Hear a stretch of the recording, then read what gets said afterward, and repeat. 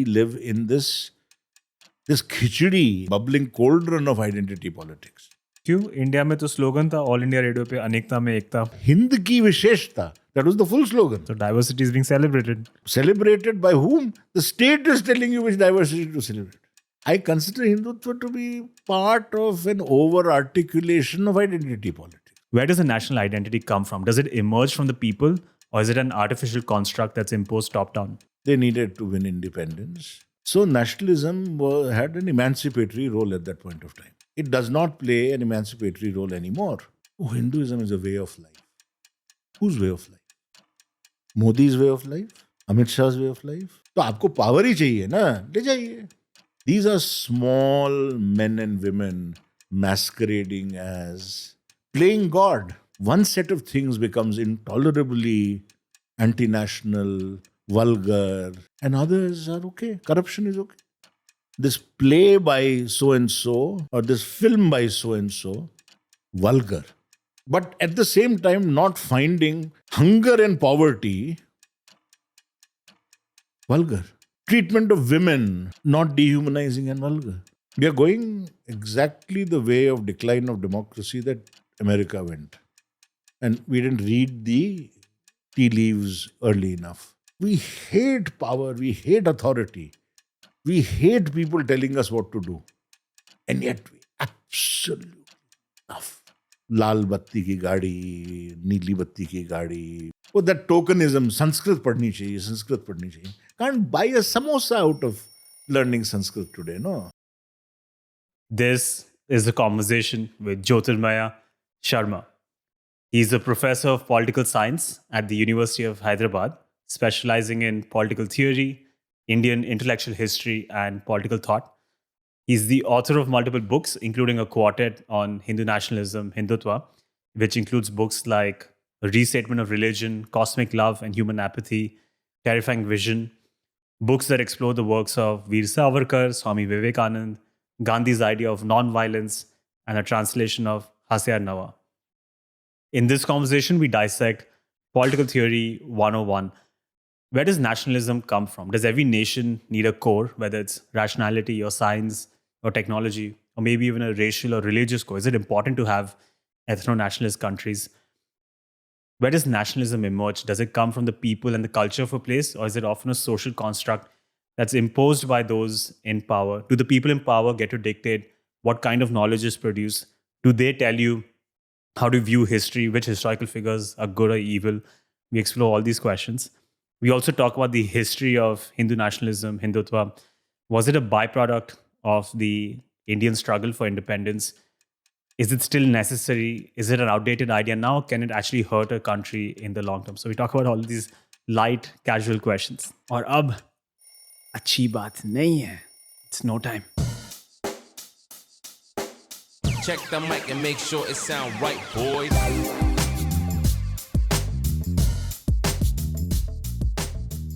In the collection of essays called The Duties of Man, Giuseppe Mazzini says a country is not an aggregation, it is an association. There is no true country without a uniform right. There is no true country where there is no common principle accepted, recognized, and developed by all. In such a state of things, there can be no nation, no people, but only a multitude, a fortuitous agglomeration of men whom circumstances have brought together and different circumstances will separate. A country is not a mere territory. The particular territory is only its foundation. The country is the idea which rises upon that foundation. It is the sentiment of love, the sense of fellowship which binds together all the sons of that territory. I want to start with a two-part question. The first part is Mazzini right? Is he correct? Does every nation need a core? Does it need an essence or a center around which everyone can then unify to create a sense of brotherhood, a sense of fellowship to bind the nation together? And if your answer is yes, then the second part is, can that core be religious in nature? Well, both interesting questions. The answer to the first question is Mazzini is neither right nor wrong. He's outdated. He talks about all these things in the singular. An idea, an idea, an idea. Keeps going on about the idea. Whereas there are ideas of the nation. There was a time when these people thought there should be a singular idea. The influence was German Romanticism of a certain time, of a certain period. There was a certain need at a certain historical time for there to be a core, one central core. It was born out of an insecurity in many ways. It's like hugging your teddy bear or your soft toy when you're a child. Now, when you grow up and you continue to do it, obviously you need counseling, you need help. And so, in the progress of modern nationalism, there was a period when these ideas, these concepts were concepts which had some relevance.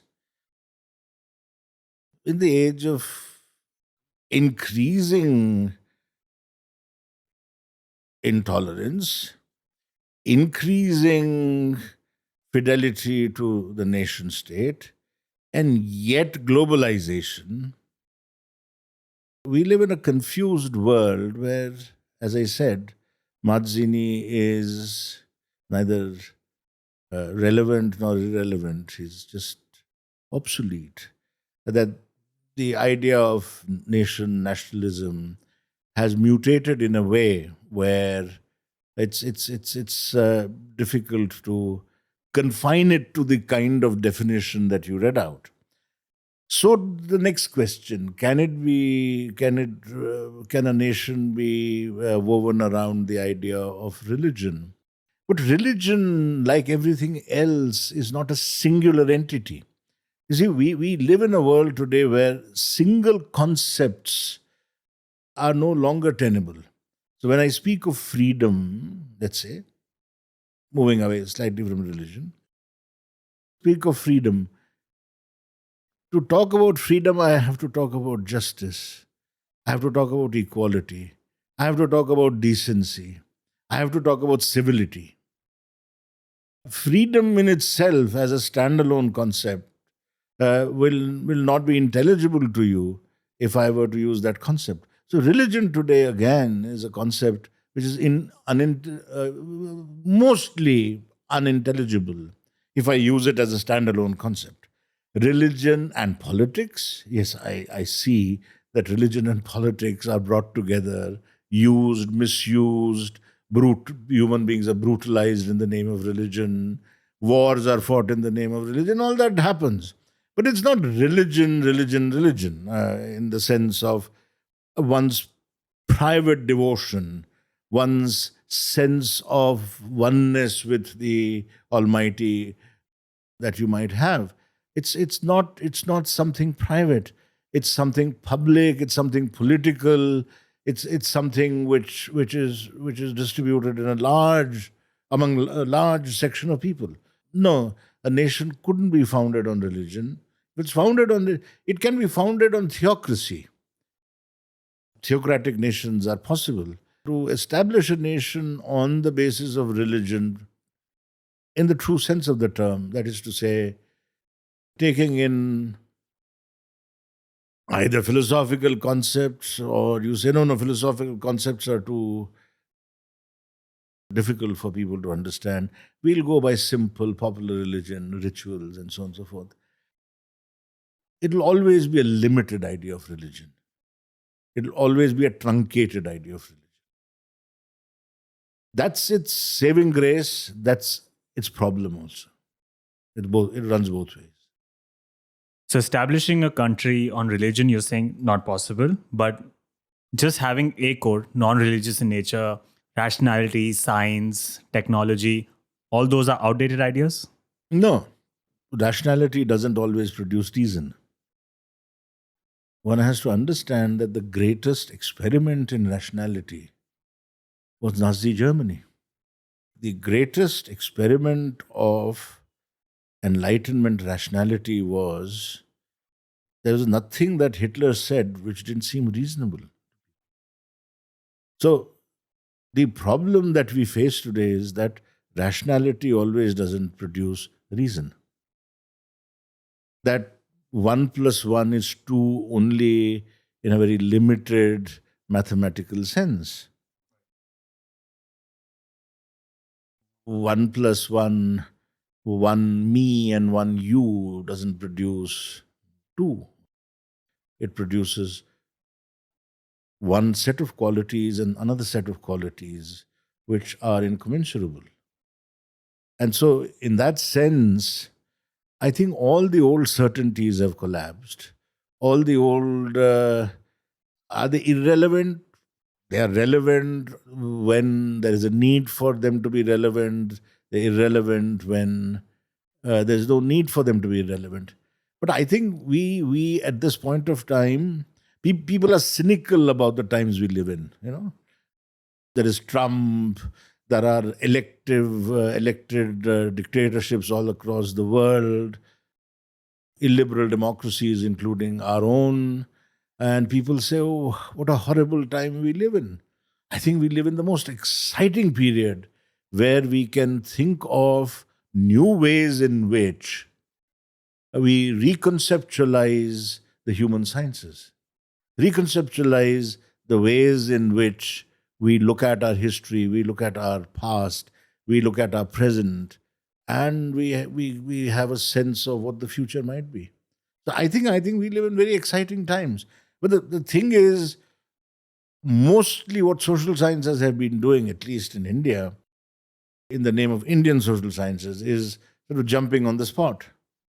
And that's partly to do with the fact that as an ex-colonial country, we've got entangled in this whole business of decolonization, etc., post-colonial debates and so on and so forth. Which basically means what? It means that on the one hand, we are so influenced by the West that we cannot think in new terms because all our concepts and categories are influenced by the West. And if we decolonize the Indian mind, which is a political rhetoric these days, then which part of the past do we select? Which will not be regressive, which will not bring the sati back, which will not bring back vehemently and cruelly the caste in its worst dimensions back, or bring ritual in its moribund form back. We don't know. And so we are stuck there. Whereas this gives us the opportunity to do fantastic new stuff. Be playful, be creative, be imaginative. So, to round up what you asked, the great Indologist David Shulman has written a book called More Than Real. And his argument in that is a very interesting one. And he says, I mean, I'm very crudely paraphrasing him, but what he says is, the Enlightenment, you're constantly preoccupied about the 18th century Enlightenment and what it did in terms of bringing about concepts of rationality and this and that, science, technology, so on and so forth. But the real challenge to those notions is really not this concept or that concept picked up from that very gamut of concepts, that constellation of concepts. The alternative is to say, to counter, I think, therefore I am, the Cartesian rationalism, and say, I imagine, therefore I am. Then you would not need so much nonsense. Recently, a student in one of my classes asked me, which history is true, sir? He's obviously listening to the reels on YouTube and WhatsApp. I said, whatever you want to be true will be true, because it's anybody's game. But there are moments which you will never be able to prove. You will never be able to prove that Krishna didn't dance in the gardens of Vrindavan with Radha. You'll never be able to get proof of that. You'll never be able to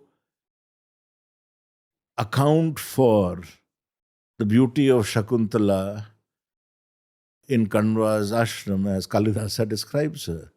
You'll never be able to account for this beautiful story of the soul refusing to enter the human body, at which point God Almighty creates music through Dawood, and then the soul enters the human body, because why should I enter something so terrible as the human body? Oh, the human body is capable of producing music. And so the soul says, I will enter. I will enter the human body only because it can produce music. Where will we get factual proof of any of this? But the important thing is we don't need it. We shouldn't need it. We shouldn't want to need it. And that is because there is something more precious that's being lost in this search for evidence, proof, and so on and so forth. And those are our imagination, the power of our imagination, the power of the imagination to create wonderful stuff. 1001 Nights. If you like conversations like these, then please consider supporting this project. Unfortunately, 1-2 hour discussions about political thought, political theory, internet or telecom in villages in India or data journalism, this is not something the algorithm finds very attractive. And these videos never get a lot of views. They don't get boosted by the algorithm. They often get lost. So if you like me to keep the lights on, just for reference, the production costs for each individual episode can come up to $1,000. So if you like to keep the lights on and help me have more conversations of this nature that I think are of value, then please consider supporting this project. You can join as a member on Patreon. You can join as a YouTube member, get early access to all these videos that are ad-free for the cost of coffee or a sandwich or less than $1 a month. If not through monetary support, then do consider sharing these episodes. Your external links and clicks and shares, they really help these videos push past the barriers that are often put forward by the algorithm and reach more people. So please consider supporting this project. You said we are living in the most exciting times. So I want to take a digression and talk about your journey getting here, because you also grew up in very exciting times. You've said that you grew up in a very politically charged and violent atmosphere. Your first exposure to violence was the 1971 war, the Bangladesh Liberation War. As you grew up, first you wanted to become a musician. Then you went into academics. And first you were interested in classicism of the Western world, Greek thought, Greek and Roman philosophy. Then you moved into journalism and you witnessed firsthand the 1992 demolition of the Babri Masjid and the subsequent riots. In fact, you got stuck in one of the riots at the Jahangir Art Gallery in Bombay. And then you also witnessed the subsequent Godhra riots. And you said that was a trigger that planted some seeds within you. So you returned to academia in 2007, but this time you are now focused on studying nationalism, Hindutva, non-violence. So take me through your journey. What attracted you to these topics, these subjects? Why did you decide to devote your life to these topics? No, I think you're very kind when you say devoted my life to these topics. It sounds very sort of important and sort of very serious. But my life's been accidents with one element remaining constant, not a core, but one thing that remains constant. One element that is, it's like the drone, the tanpura, and it sort of, it's 3 notes or 4 notes, but it produces one sound, right? So in that sense, the idea of freedom, the idea of liberty, I mean, that forms the core, quote unquote, of whatever I do. What is it to be free? What is it to be free in the larger sense of the term? I'm not interested in any of this nonsense about inner freedom, inner world, inner realm. I am not into meditation. Baba's, sort of rediscovering my inner self in any sense of the term. वो खाली है. What I'm interested in is freedom in the political sense, in the social sense, in the personal sense. And by personal, I mean, am I free to do this? Am I not free to do this? Am I free to do that? Am I not free to do that? And in that sense, my journey, as you call it, has been colored by this whole preoccupation with freedom. Certain influences in terms of books one read, those were very, very significant. And I think that, in a certain sense, was the prime mover. So, yeah, I mean, that's the thing that impels me to do whatever I do, including interrogate religious nationalism and so on and so forth. I mean, the religious nationalism thing came, very logically. 2002 happened, the Godhra riots happened, and everybody began to explain the Godhra riots in terms of two or three categories. One was, this is just one element, one dimension of nationalism. This is a subset of nationalism. ये तो होता ही है. There were people who were saying there were many Indian nationalisms who did not get their time out in the sun at that point of time. There was a feminist nationalism, there was an environmental nationalism, there was this nationalism, that nationalism. Religious nationalism was one among many nationalisms. And so this is finding its manifestation at this point of time. And I thought that didn't explain the vehemence, the brutality, the cruelty, the violence of the 2002 riots. The second reason that was being given was it's an accident that India has remained democratic for 70 long years. Look at Pakistan, look at Bangladesh, look at Nepal, look at the whole series of countries in South Asia where they've been. We are fortunate that we have had this for so long. This was bound to happen. And I said to myself, look, this cannot be explained episodically. It cannot be described or explained in terms of people doing things and things being a reaction to certain other things. It will have to be explained in terms of a genealogy of thought.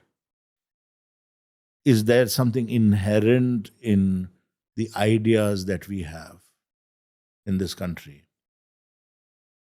which lends itself to such violence? Which makes us believe in not only this kind of violence, this kind of dehumanization, this kind of shamelessness masquerading as pious, self-righteous, pompous, sanctimonious religiosity. Sheer shamelessness. And there must be roots, very, very deep roots to justifying this. And the only way in which you can explore those roots is not by sanctifying the past. The moment you modern nationalism, poison is sanctifying the past. You stop sanctifying the past, then everything unravels. It doesn't mean that you also have blanket hatred of the past. But you can have something extremely thoughtfully critical about the past. New ways of looking at the past. In that sense, all this comes together in the quest for that elusive idea of freedom, which of course finds its accidental outlet in the translation many years later of this Sanskrit political satire of the 13th century. But on that later. Let's start our Political Theory 101 Masterclass. Assume that I'm your newest student in class today. You're my professor. And I want to ask you all those silly, basic, fundamental, introductory questions and maybe even push back a bit on some of the ideas. And if you indulge me today, hopefully we'll end up creating a beginner's guide into political theory, political thought, intellectual history. Okay? Chalo. We've already established that this idea of nations having a core is slightly outdated. And you've provided many paths for me, and I want to walk through all of them. I want to open many doors with you today. One, this question that a student asked you in class, which is which history to believe. So let's explore that. Let's take one step back from even Hindu nationalism, religious cores, and just explore the topic of nation making, the philosophy of nation making, identity making. In the book, A Genealogy of Japanese Self-Images, A.G. Oguma charts the Japanese identity making. And what he observes is the concept of a Japanese identity was, in a way, defined by those in power. It wasn't emergent from the people. Those in power created this construct of a Japanese identity, and depending on where they wanted the country to go, the Japanese identity also changed. And while we're talking about history and sanctifying history, the historical foundations also kept changing depending on who was in power and what identity they wanted. Benedict Anderson had called nations imagined communities, and he quoted Ernest Gellner, who said that nationalism is not the awakening of nations to self-consciousness. It invents nations where they do not exist. So we have to solve this problem once and for all. Where does a national identity come from? Does it emerge from the people, or is it an artificial construct that's imposed top-down? It's both and not either of these. In the sense that every nation has its unique historical evolution. How did it come about? It's usually all nations are a work in progress. You can mark Independence Day or a Republic Day, hoist a flag, sing songs, but that's formalizing it in a certain way. No, my take on this is slightly different. I mean, you quoted I.G. Oguma quite correctly by saying it's that people in power who define the identity of a nation. Yes, of course they do, but not always. So, sticking to Japan, Arthur Koestler, this is my favorite story. Since you said it's a beginner's guide to political theory, all my students have heard this story. About the monkeys. About the monkeys.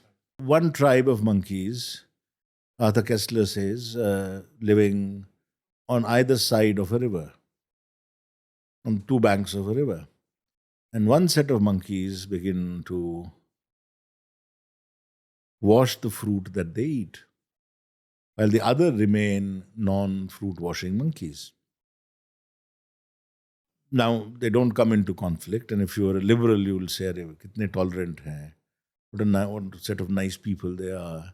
They don't come into conflict." If you're a Marxist, you would say, "There's enough fruit going around. So the distributive problem isn't there." No scarcity of resources. No scarcity of resources. My own preferred answer is that they haven't developed a language, a vocabulary to mark out difference.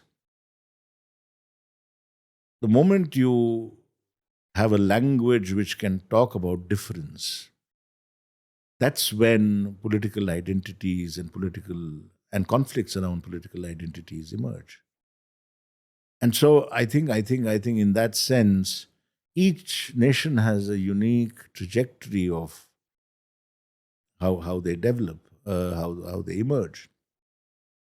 Our sense of development has been a very, very linear one, actually.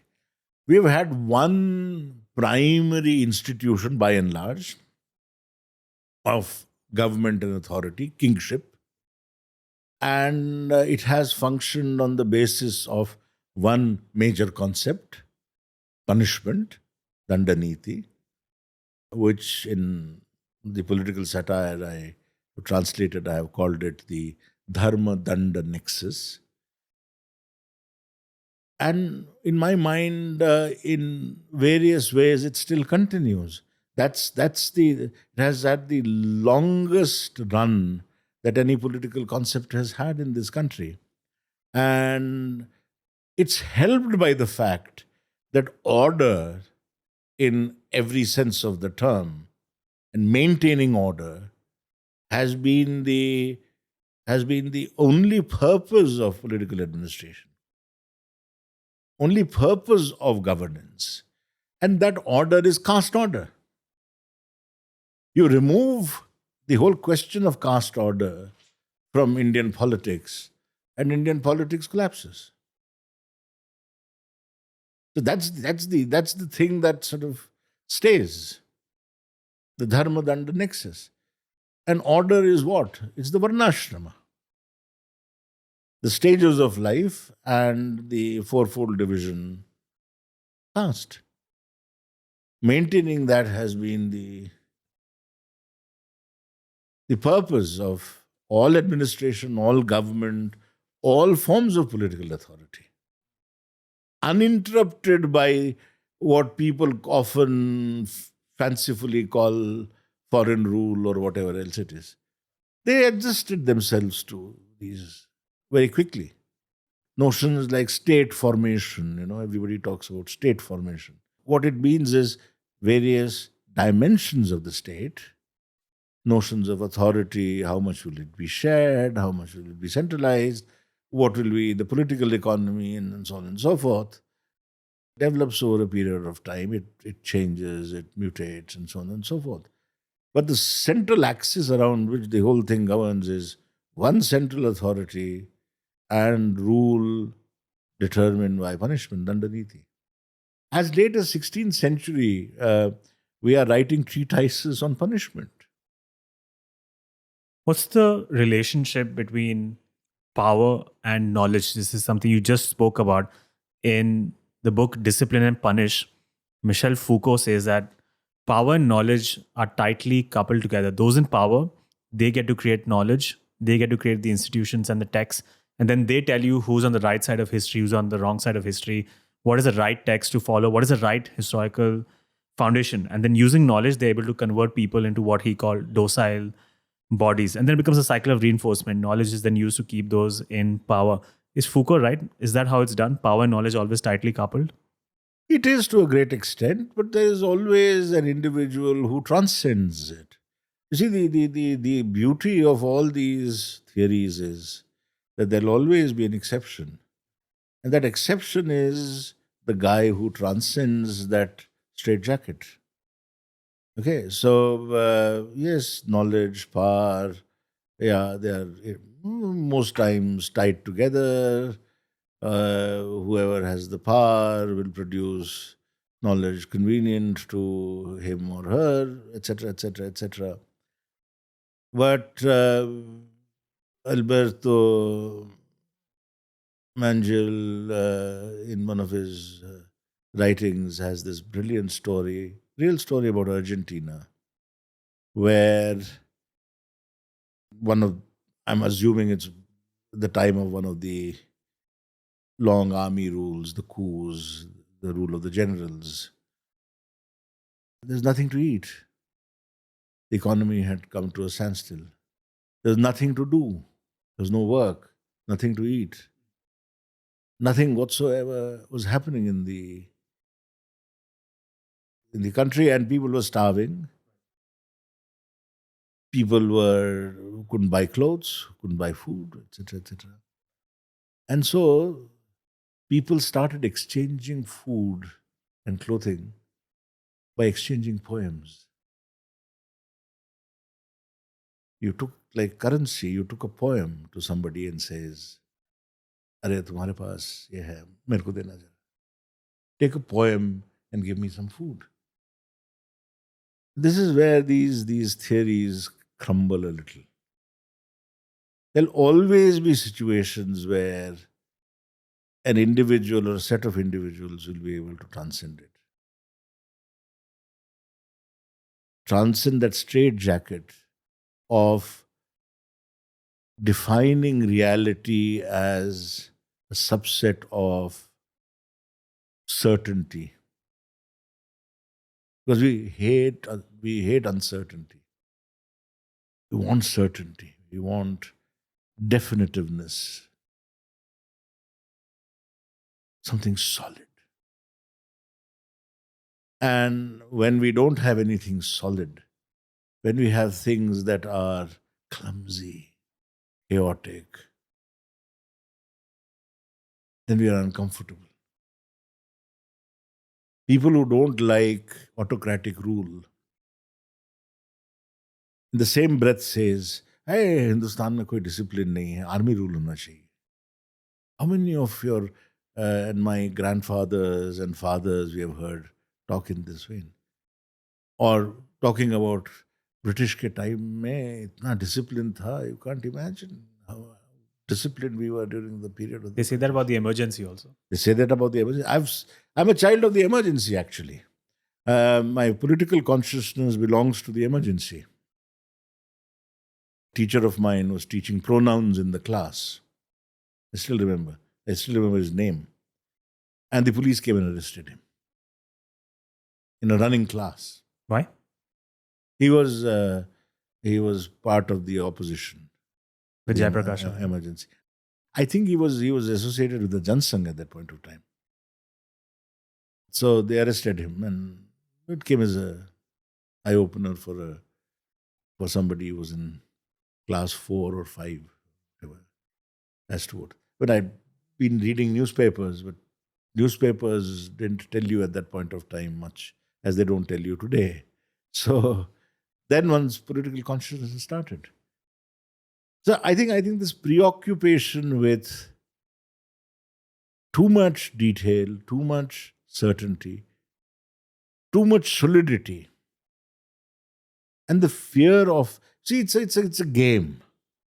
When you talk of knowledge and power and what happens, it's actually, to translate that into real terms, it's a game. I'm in a college, in a Mufassil college somewhere in UP or Bihar or Rajasthan, Madhya Pradesh. And I see an instance of indiscipline in the class. In some class, some boy says something to a girl. And the next day I come to the college and say, well, bad that this boy did this, but the girl must have also provoked it. So how do we stop this provocation? No more jeans for girls in the college. For little chaos, little disorder, the people in power will come up with greater forms of power and authority. Structure. It's a game, but it happens in the real world. But the fear is of chaos. And that has also seeped into our analysis of things, in the way we look at politics, in the way we look at society. I'm not a diehard fan of Gandhi, as many left liberals seem to be. I've written a book which is fairly critical of Gandhi. But there are elements in him which are very interesting. For instance, he says at one point that for me to practice Hinduism, I need not be in the territory called India. It goes with me. Now, I want Indians to be able to say at some point in the future, my India is not confined to the geographical entity called India, which some silly Italian called Mazzini said a nation must have. Must have a territory, must have a people. I take my India with me wherever I go.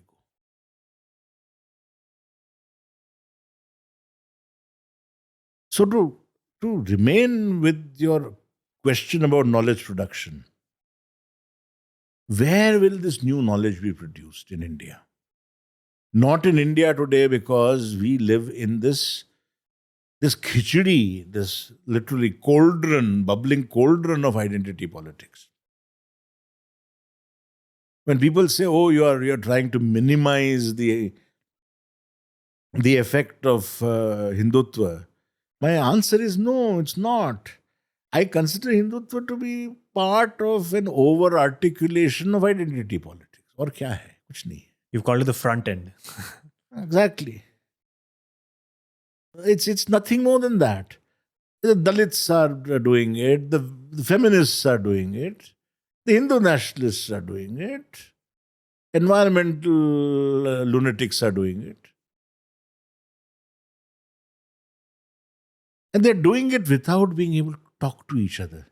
I'd respect them if they were able to talk to each other, or at least talk to somebody like me who is sympathetic to a lot of conversation like you are. But I do not want the outcome to be available next minute. They want the outcome to be there. They want you to believe doctrinally in what they are thinking of gender relations or environment, or whether the Hindu is in danger or not, and so on and so forth. And my point to them is, baat karte raho. Let's talk. Because I have no conclusive ideas about anything. I have ideas, a lot of ideas. But that knowledge production as to who we are, what we are, why do we need it? Does Shalaj get up in the morning? I always ask my students this, often ask them. The Shalas get up in the No. Does Shalaj get up in the morning and say to himself, oh, I feel so Hindu today. आज मेरी हिंदू नस की तो band बज गई. नहीं. Thinks of coffee or tea or whatever he does. Or if he's one of those health freaks, he has 2 glasses of warm water with lemon and honey or what. feeling whatever. exposed. But he doesn't think of his identity. And then through the course of the day, he puts on many identities. And each identity may not gel with the other. Sometimes they happily gel with the other. You don't have to beat them into submission and say, hey, you have all to sort of synchronize and form this fantastic synthesis. Live with your contradictions. Live with your imperfections.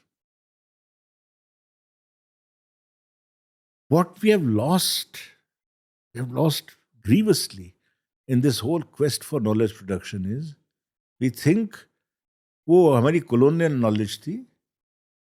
Now we must have our own knowledge, which must also give us some certainty. It's nonsense. Why should it give you certainty? I tell students, if you can for the next 100 years chronicle the contradictions in India at every level, that's fantastic work. To produce that, Ambanis and Adanis will not give you the money.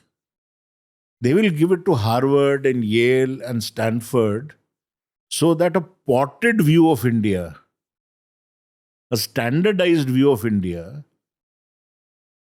can have currency and perpetuity. The local philanthropists here will not give you money because they're afraid. And if they're not afraid, then they feel that their passage to the other world is better served by hospitals or orphanages or feeding cows rather than a research center. So with Gandhi, I say, why should a research center for India, why should knowledge production about India be in India? Can be anywhere. Then you break this whole business of power and vested interests and so on and so forth.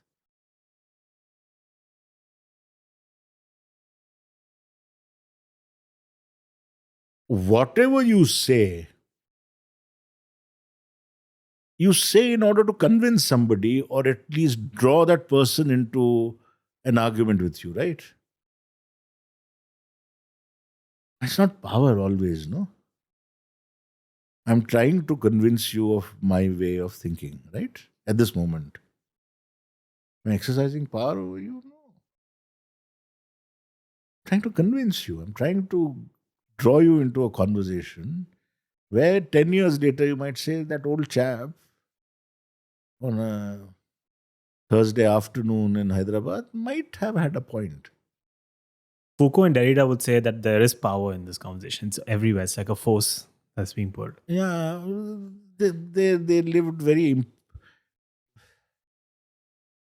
I mean, it's true in certain cases, but not always true. It's not reducible to everything.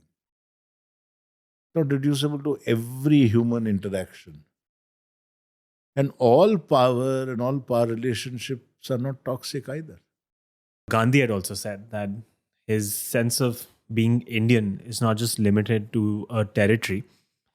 So you've already given me some feedback for Foucault and Derrida. Let's see if you have feedback for the German philosophers Hegel and Herder, who had also said that there is something called a spirit of a nation. A country is not just a political denomination. This is something the French judge Montesquieu also believed in his The Spirit of the Laws. He said laws are not arbitrary. They also emergent from what we have called the spirit of a nation. So is this true? Is there something called the spirit of a nation? Is it actually a thing? It is if you want to believe it. Do you? That's secondary.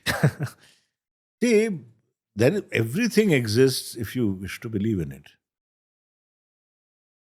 If you don't want to believe in it, I'm a great votary of something called estrangement. You're sitting in front of me at this point of time. After a while, if I don't enjoy your questions, I'll still answer them because it's a mechanical, biological process.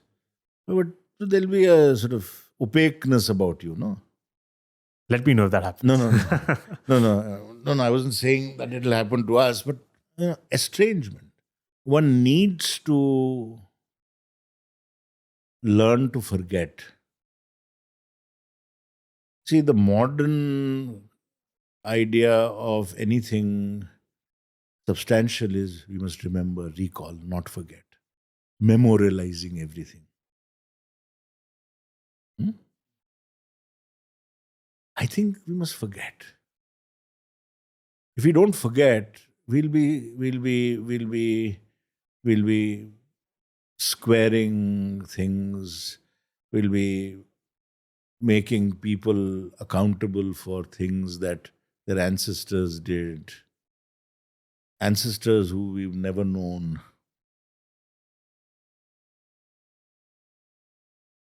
People don't know who their great-grandfather was.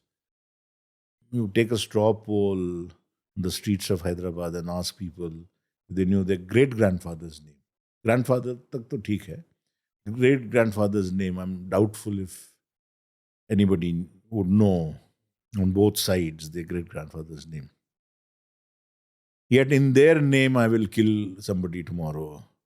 I will humiliate somebody tomorrow. That idea of not forgetting, I think that's debilitating. We must forget.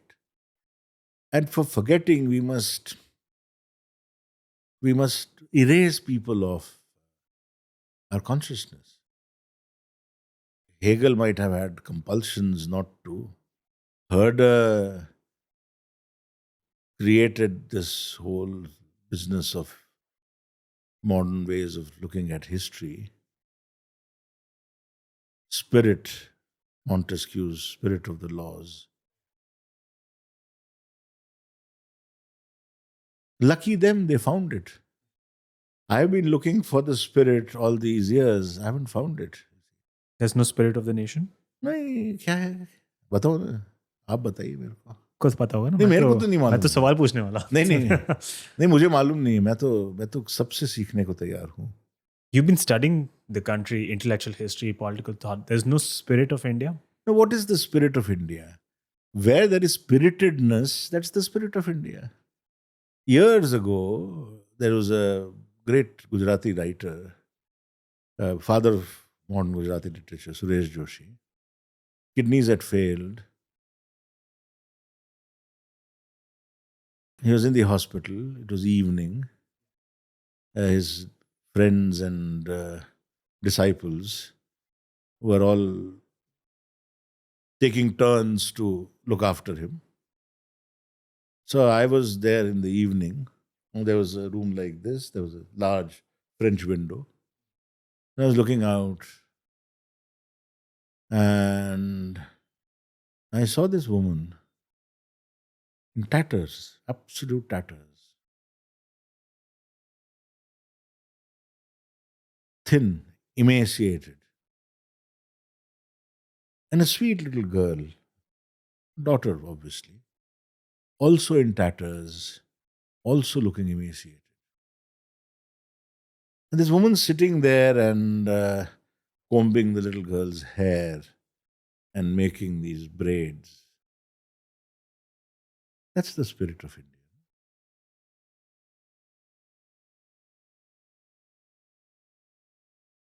India. Amidst all that adversity, you imagine how much poverty there would be, how much. Who knows who's in the hospital that they have come to meet? A dying husband, an ill husband, father, sister, brother. And yet to be able to create comfort and beauty within that adversity.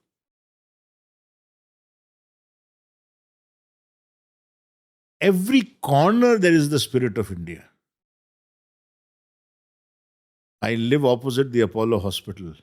I'm sure there are hundreds of such stories happening at this very point of time.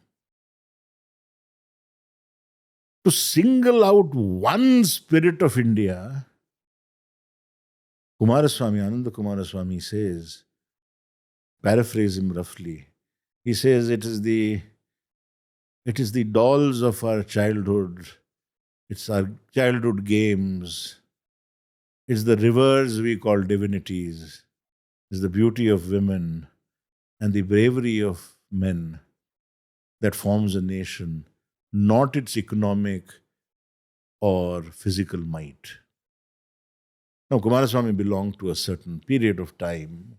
We probably wouldn't talk in these ways. But it basically sums up, in a certain sense, what I want to convey. I wish there was one spirit that we all could capture and hold on to with gusto.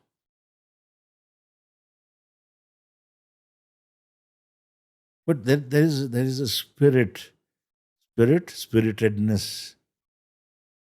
transcending adversity, transcending, as I said, violence, transcending humiliation. I go to the post riots Gujarat. We go out of Ahmedabad. And there's a famous story we have all heard about a Muslim family, entire family killed, women raped, children killed, small children, girl children murdered or raped. Everybody talks about that particular incident. And I'm going to this man's house. So the patriarch survives and one of his sons survives. My concern throughout this journey from Ahmedabad, passing Surendranagar, is man who has lost 8 or 10 or 13 people in his family. What do you say to him when you meet him? You walked into my house today and I said hi. So we finally meet, we shook hands. Take it for granted that this is what we'll say to each other. What do you say to a man who's lost almost everything? What is your opening gambit? You are going to interview him, you have your dictaphone, you work for a newspaper. What are you going to say to him? So I'm rehearsing in my mind. We enter his house. The house is small jhopda. There's a little tila, a little hill.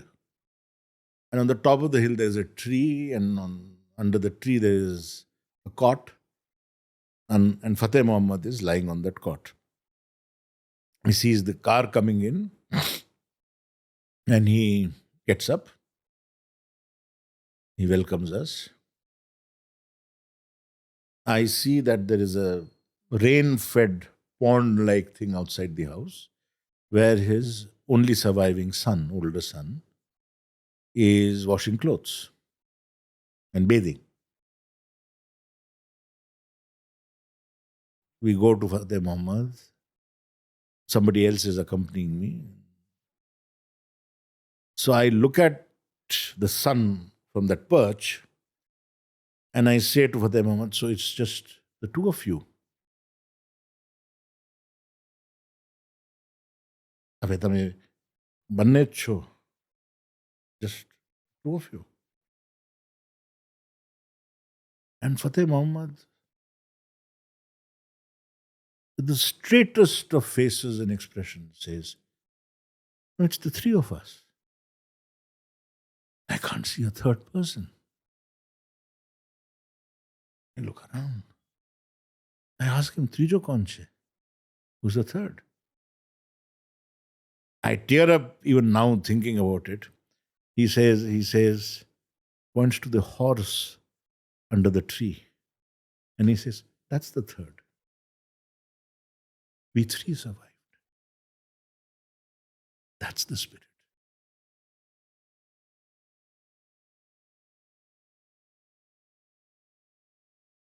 The Geist, in the European sense, made sense at that point of time.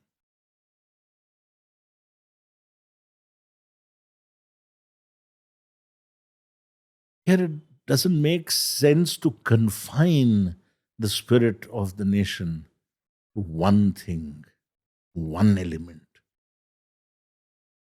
Because the moment you do that, it will be captured by some semi-literate fool or a bunch of semi-literate fools and made a parody of. You don't want the spirit to be parodied.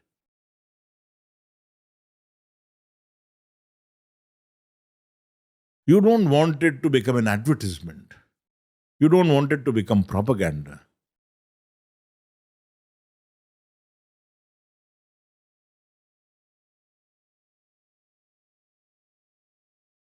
So keep looking for it.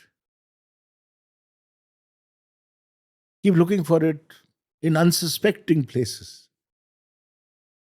Some years ago, I gave some talk in Lamakan here, which is a wonderful place of exchange of ideas and events.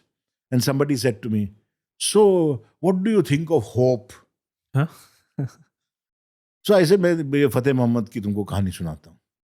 इसको hope कहते हैं.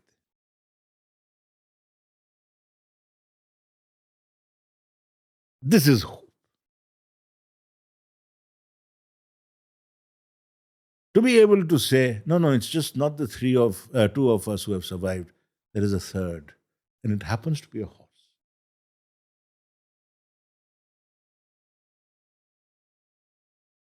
That's important. Because, we'll keep saying, what is the religion is the core of the country. No. It is our diversity. But diversity can be dictated to by the state today. The state can tell you how much diversity is allowed and how much diversity is not allowed. क्यों India में तो slogan था all India radio पे अनेकता में एकता. उतना ही था. अनेकता में एकता, हिंद की विशेषता. That was the full slogan. So diversity is being celebrated. Celebrated by whom? The state is telling you which diversity to celebrate.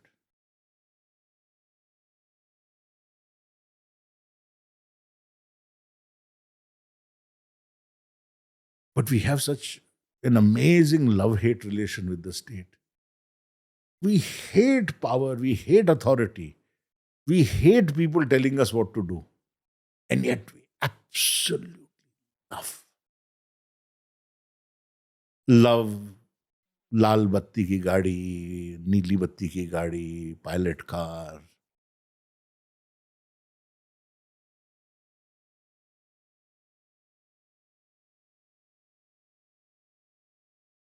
We love all that. We love the outer manifestations of authority and power. It's a kind of unfulfilled machismo that we hanker after. It's a sense of, Vivekananda बोलते हैं ना 19th century में, manliness. We must rediscover our manliness. How have we rediscovered a manliness? In gratuitous violence? Is that what he wanted us to develop in terms of manliness? Beef, biceps, Bhagavad Gita. These are the formulas. No? बहुत sloganeering हो गई. We've done enough sloganeering. We've done enough of decolonization, victimhood, ये वो hierarchy. 70 years and counting, we haven't found a way of dealing with hierarchy. Caste hierarchy. I can't get my students to call me by my name. Old students. I recently went to a student's wedding in somewhere in Kerala, Trishur.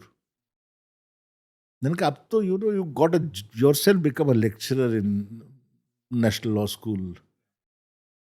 Call me by my name. I have a name. He said, I'll try, sir. I'll try. And of course, the most pernicious of hierarchy is caste hierarchy. But sense of gerontocracy is part of that hierarchy. अरे हमारी उम्र हो गई है, हमने दुनिया देखी है, ये बाल ऐसे सफेद नहीं हुए. You know, all these dialogues.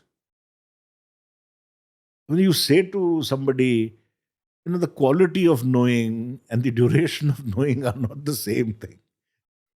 You could be 21 and teach me something which you know, I wouldn't know at 60 plus. It's very difficult. Sycophancy. They are so sycophantic. हाँ जी, ना जी, ये जी, वो जी, फलाना जी, ढिमकाना जी. You didn't address somebody properly. I was asked during the Golden Jubilee celebrations when I used to give this introductory lecture before every event. I was asked by no less a person than the registrar of the university. Of course, the question, the way he asked, was just a curiosity, as if it's just a curiosity. He was conveying something. You don't usually say Honorable Vice Chancellor, do you? I said, no, I simply say Vice Chancellor. This whole business of titles, honorifics, eh?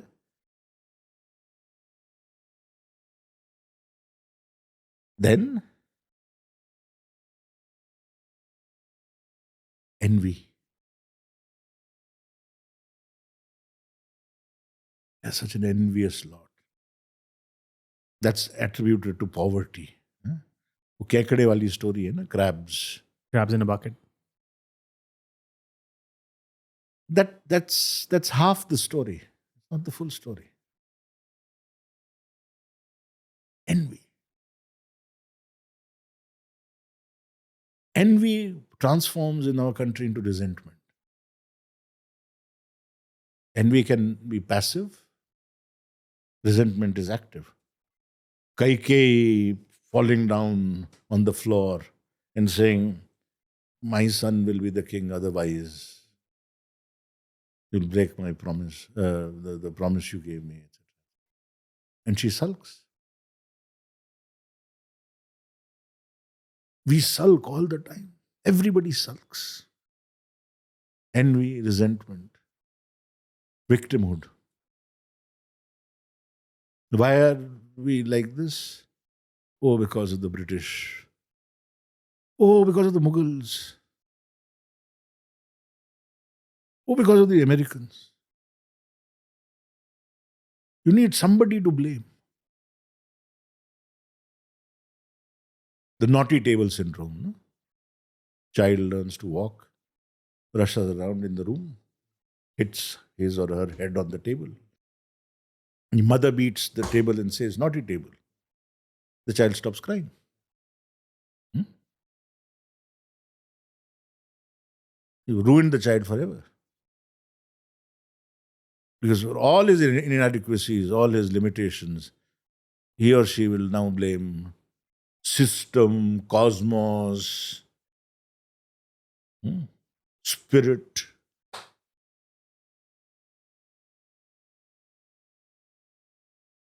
And sanctimoniousness. Final thing.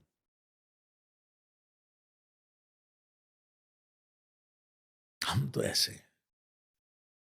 It's better कोई नहीं. There's nobody better than us. We are such lovely people. We are so, values हैं हमारे. Values. The moment somebody starts to talk about values, I reach for my gun. I think Goebbels said that. No? Somebody, Goering, Hitler's one of his lackeys. Moment somebody mentions the word culture, I reach for my gun. In the Indian context, anyone who talks of values, I reach for my gun. Yeah. Of course, now with the rise of Hindu nationalism, it's all become sanskar. Nobody says values. इसको संस्कार नहीं दिए. Little knowing that the word sanskar also means death rituals, no? You're rebelling against two ideas. One is certainty. In fact, the ocean of mirth is a celebration of chaos, anarchy. And you've also rebelled against the idea of spiritedness, spirit of a nation, Volksgeist, as Hegel and Herder called it. So I'm going to channel, in a way, play devil's advocate today and channel some eminent, influential thinkers in Indian history who are not here, unfortunately. So I'm going to represent their words, who believe the opposite of what you've said, because they believe in certainty, in a spirit of a nation. And they felt that that spirit of the nation, there was no harm in making that a Hindu identity. So you might have heard of these names. Swami Vivekanand once said, in India, religious life forms the center, the keynote of the whole music of national life. And if any nation attempts to throw off its national vitality, the direction which has become its own through the transmission of centuries, that nation dies if it succeeds in the attempt.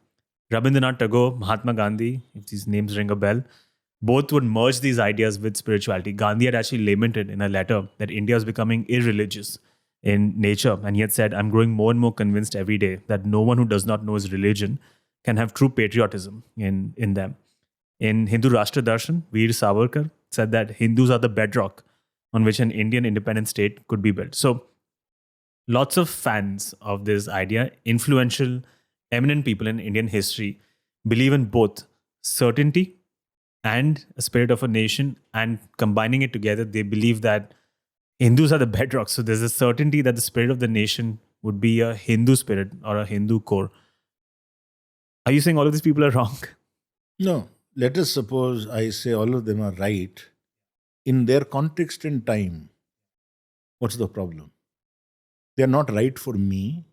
They are not right for today. There are strands of their thought that may be right for today. They are right for a country which was a colonial country, which was part of an empire. They needed to win independence. So nationalism had an emancipatory role at that point of time. At that point was needed.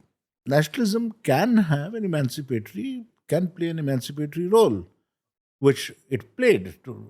It does not play an emancipatory role anymore. What is the problem? I don't see any problem. Gandhi is like a leaking vessel. I spent 8 years on working on a book on him. Pretty much everything that he says, you can find something which contradicts it. And that is because he was an activist, he was a politician, and he was also on a personal spiritual quest. So it's very difficult to square those circles. Savarkar had a political agenda, unifying Hindus. So if I was unifying caterpillars, I would say caterpillars form the bedrock of the nation. What is the problem?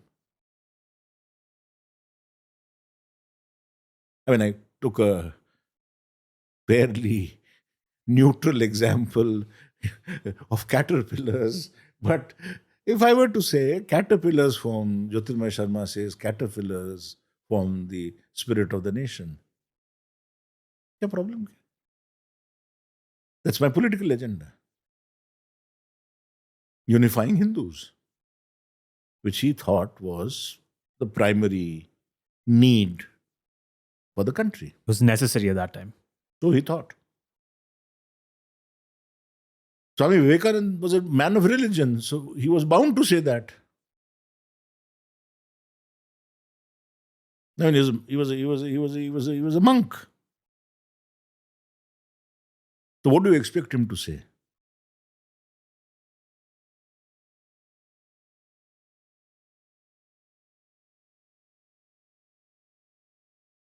So I have no problem with any of this.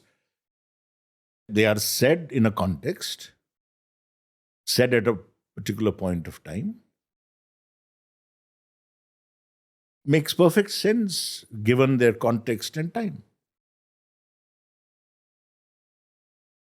Does it make sense to me today? Very little.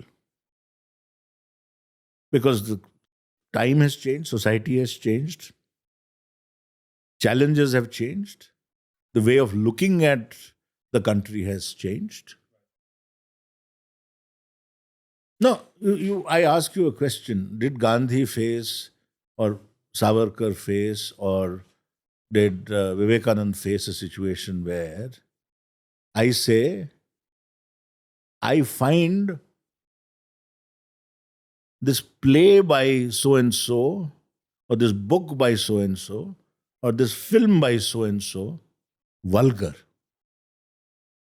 It hurts my senses. It violates my sense of decency. It is an anathema to what a civilized society should be. But at the same time, not finding hunger and poverty vulgar, equally dehumanizing. Treatment of women as it is, not dehumanizing and vulgar. And none of them, what they have said, does anything to my sense of bewilderment about the double standards, about the schizophrenia that this country has about certain things, where one set of things becomes intolerably anti-national, vulgar, against the spirit of the nation, and others are okay. Corruption is okay. Environmental degradation is okay.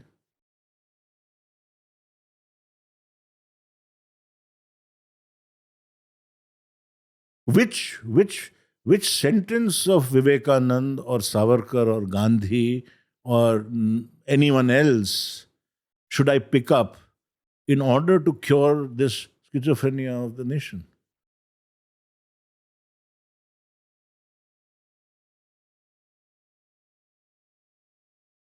There's a fantastic historian of science, probably the world's greatest historian of science at the moment in the world, German lady. She'd come for a conference to Hyderabad many years ago, 2009.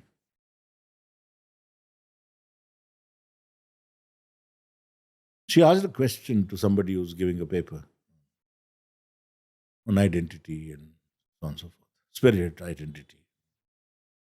She said, I understand all that. But tell me, how do you explain that every Indian has, including beggars, have a mobile phone, but you can't open the tap in your bathroom and drink the water? You have to buy water. Now, if Gandhi can enlighten me on this, I'm very happy.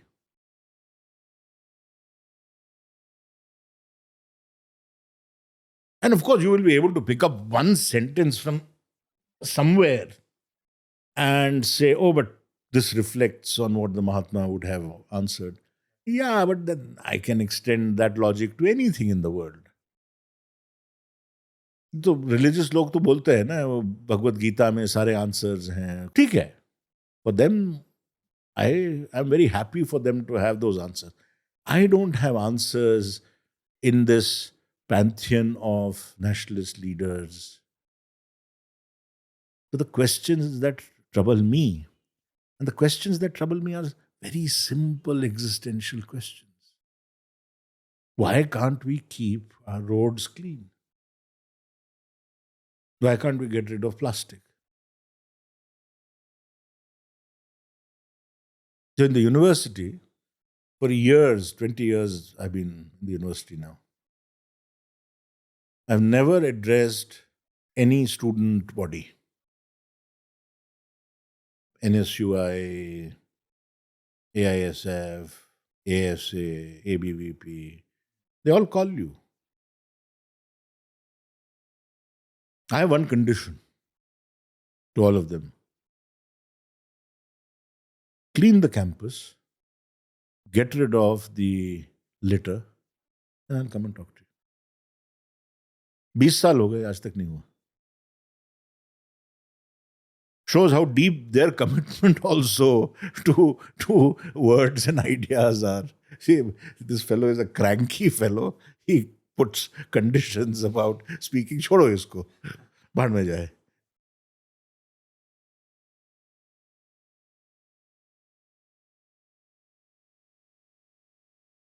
No, the Hyderabad University has ugly buildings, but a very beautiful campus. The nature is very beautiful. Trees, little ponds, the rocks, etc. Very pretty. And plastic all over.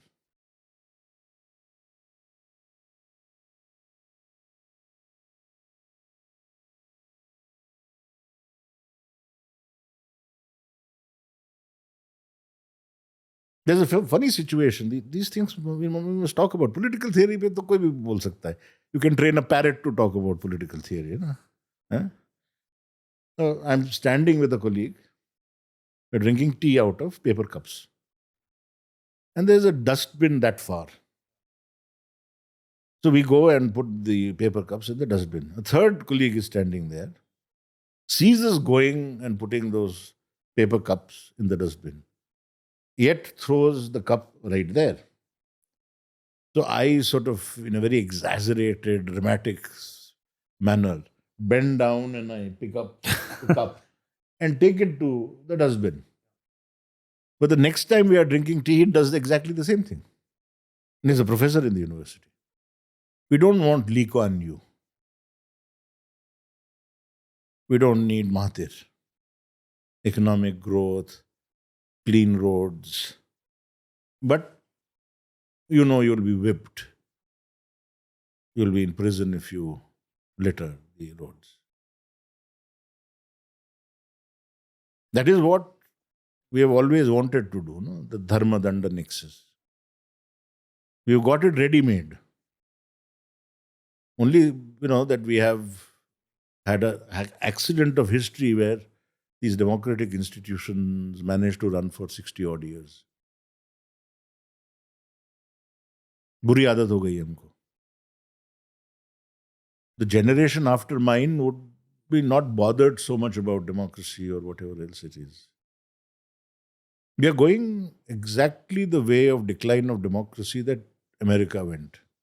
And we didn't read the tea leaves early enough. When people used to say to me during the time of the senior Bush, then the junior Bush, and so on and so forth, Chomsky क्या बोलता है sir? क्या बोलता है? Fantastic. Anti-state, anti-this. And I used to say, I don't find any difference between Bush and Chomsky. And people used to say, what are you talking? You also did a double take, right? Yeah. I don't find anything different between them is because both cherish the American dream. Only the ways of realizing the dream are different. I want somebody who dreams a new dream.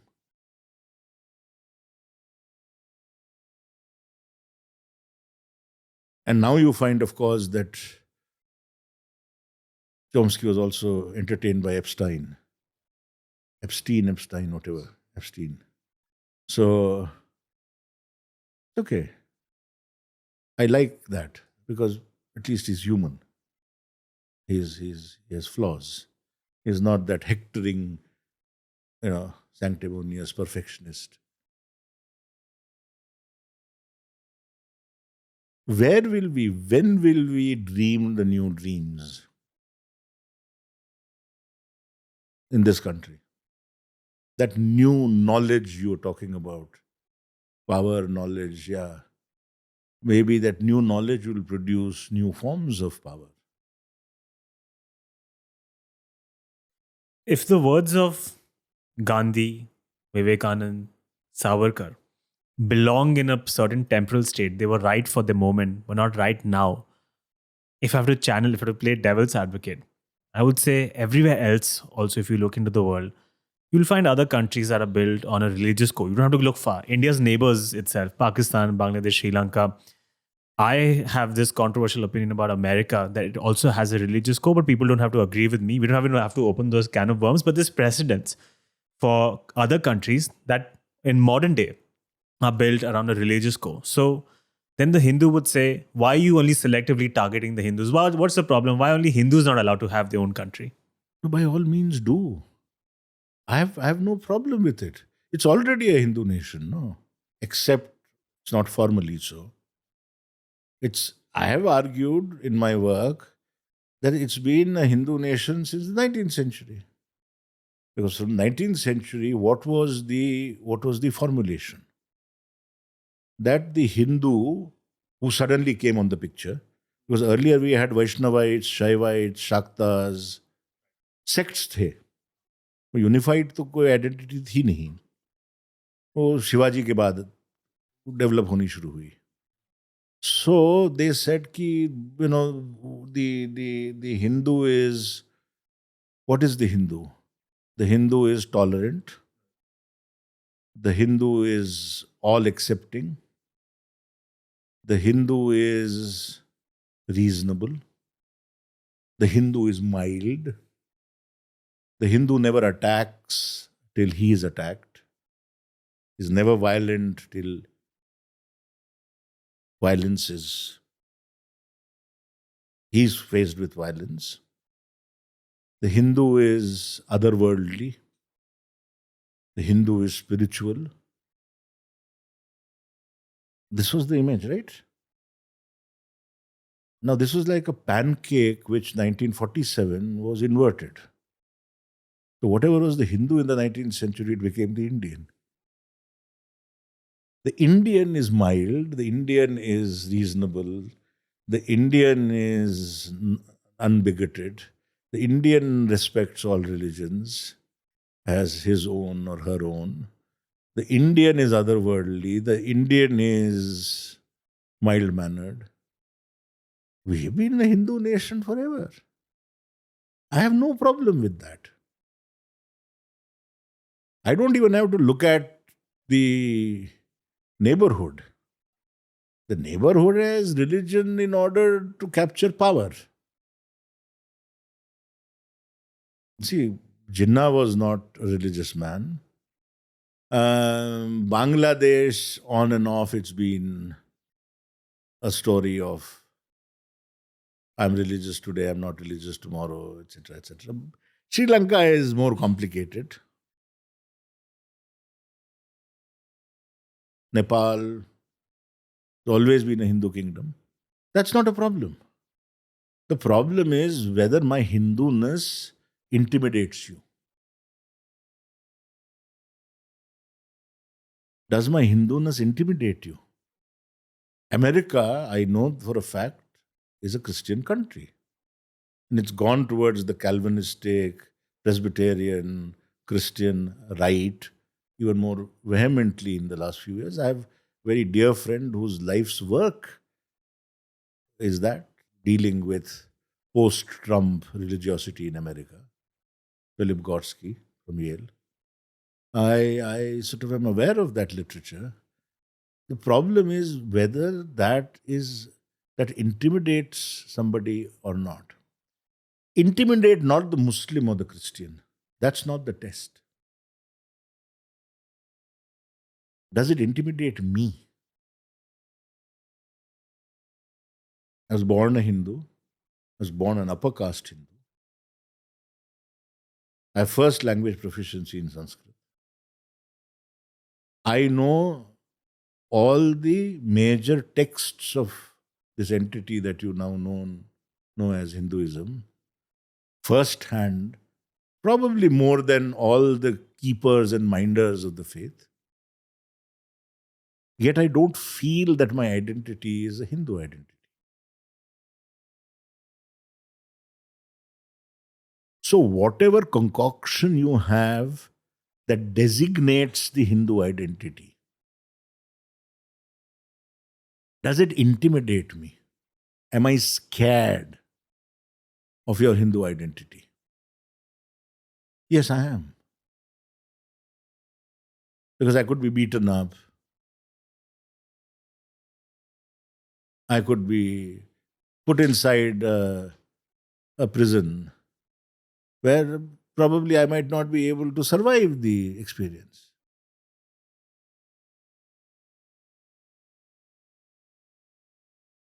So, what is this identity that I should allow them to have? Call themselves Hindu? Yeah. Dehumanize Muslims? They have been dehumanizing Muslims for all these years. What is new about it?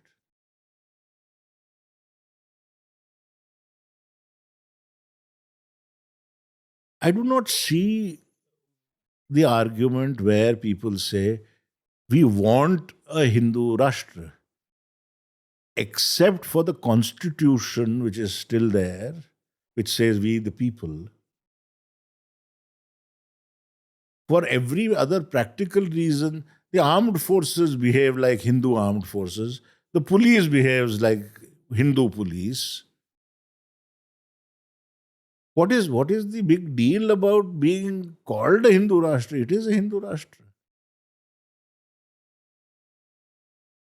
My only problem is threefold.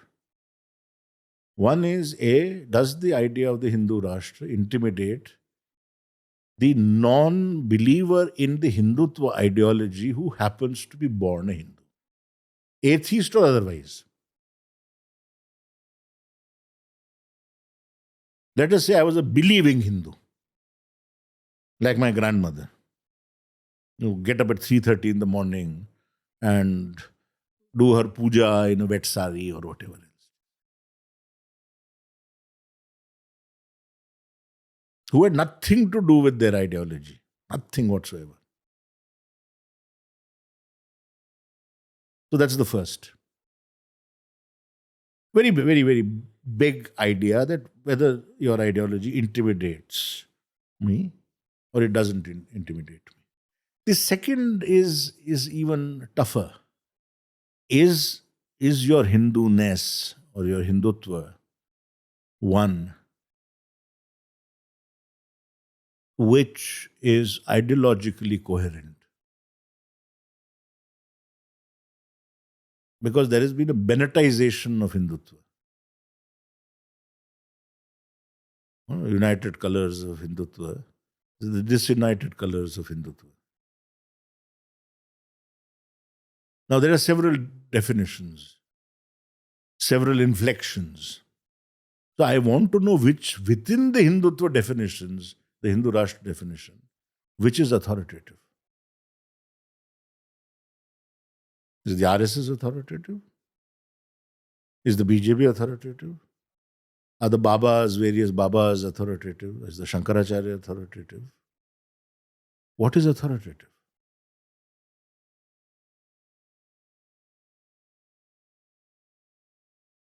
There was a philosopher, Wittgenstein's direct student. He was a KJ Shah. Shah taught in Dharwad all his life. At the end of his life, he wrote a paper in which he asked 5 questions. Is Hinduism a religion? Number 2, is Hinduism a philosophy? Is Hinduism more a religion or more a philosophy? Is Hinduism a religion or a philosophy? The 5th question is the most interesting one. Who knows what is Hinduism? The idea of authority.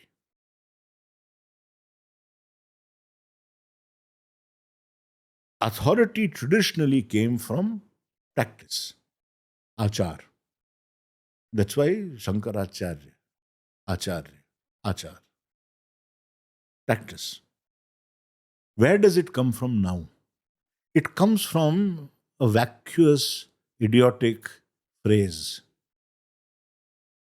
Oh, Hinduism is a way of life.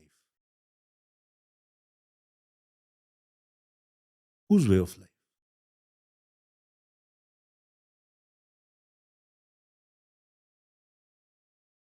Modi's way of life?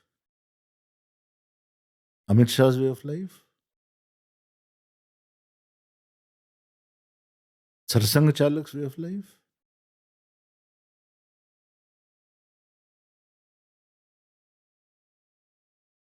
Whose way of life? Comes down to the whole question of power, authority, and so on and so forth. It's a question you can't answer. Without the whole argument about what is wrong with having a nation built around religion, collapse. तो आपको power ही चाहिए ना, ले जाइए.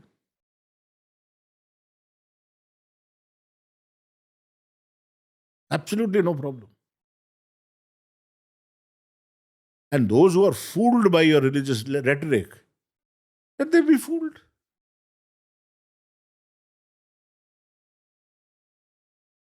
You see, in the Mahabharata, some stage,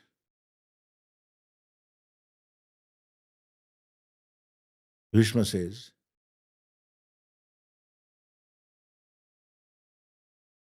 leave dharma and adharma. He doesn't say leave only adharma. He says leave dharma also. Why? Because it's a binary.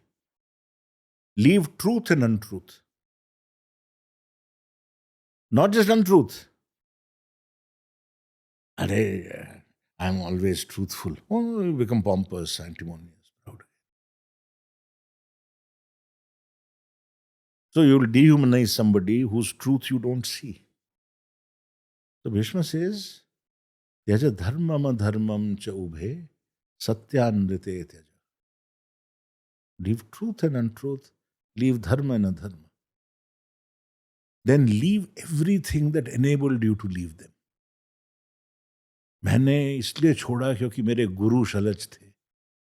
उनके चरणों में बैठ के उन्होंने जो बताया वैसा हमने किया, छोड़ दिया. And then you are proud about the fact that you have left. So Bhishma says, take one final step. Forget that you have left anything at all.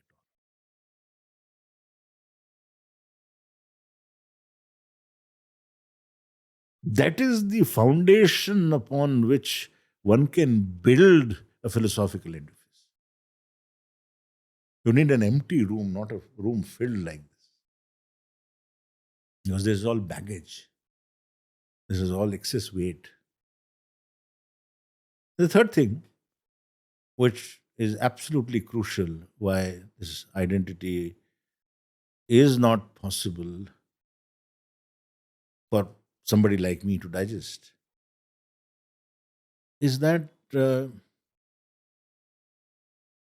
it has no theory of joy or aesthetics.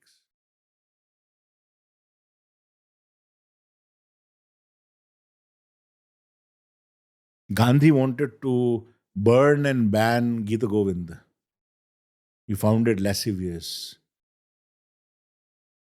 He found it so erotic that he said, I'm usually not in favor of burning or banning books, but nobody sensible should ever read the Gita Govind. There are reams and reams and reams of bhakti literature in every part of this country where the bhakti poetry is extremely erotic. And the modern Hindu, so called, taught by Queen Victoria and her values, thinks that is vulgar. The greatest saint poet produced in this part of the world, Andhra country, Telugu country, is Annamacharya. All his poetry is highly erotic. They have Bowdlerized it. They don't sing or read that poetry any longer. Bengal, the 18th century maverick, Advaitin, Dvait, Tantric, Ram Prasad Sen. You read his poetry dedicated to Kali, it will make you blush. What have the Bengalis done? Bowdlerized it. They don't sing those erotic verses any longer. Sing the goody ones, Shama Sangit, right?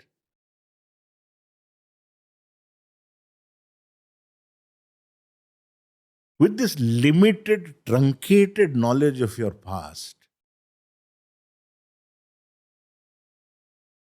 without a theory of aesthetics, without the secure knowledge that I can laugh at myself,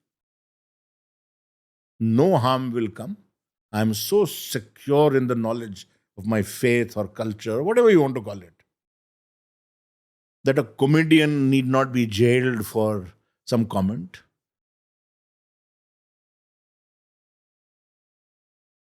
How we love to contradict ourselves. There is this apocryphal story about Swami Vivekananda going up to the Kshira Bhavani in Kashmir and crying, your temple has been razed so many times. I wish I could build a grand temple for you. And the Bhavani herself saying, you idiot, if I wanted a grand temple for myself, I would have got one already. Who the hell do you think you are to wish that you would get a temple for me? I mean, that idea, in a certain sense, has been lost completely. Now you're building temples so that you could reinstate Ram as the great deity of India and his rightful place in the pantheon of gods. These are small men and women masquerading as the guardians of religion, playing God themselves.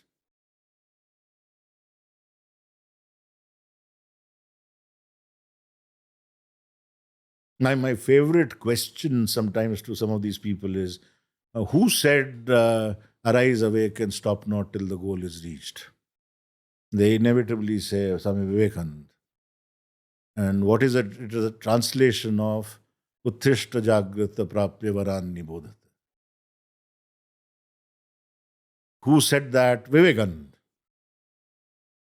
And it's of course from the Kathopanishad. And the actual verse does not translate as what Vivekananda says it. Translates as arise, awake, and having found good teachers, learn. हो गया slogan हो गया.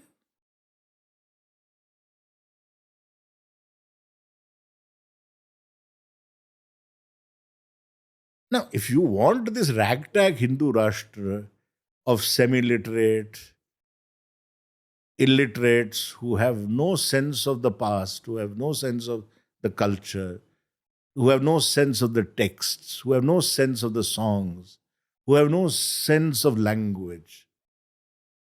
Oh, that tokenism, Sanskrit padhni chahiye. Can't buy a samosa out of learning Sanskrit today, no.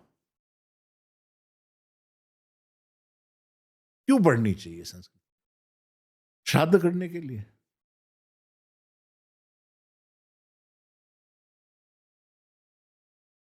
No. We say things about which we have no clue what we mean by it.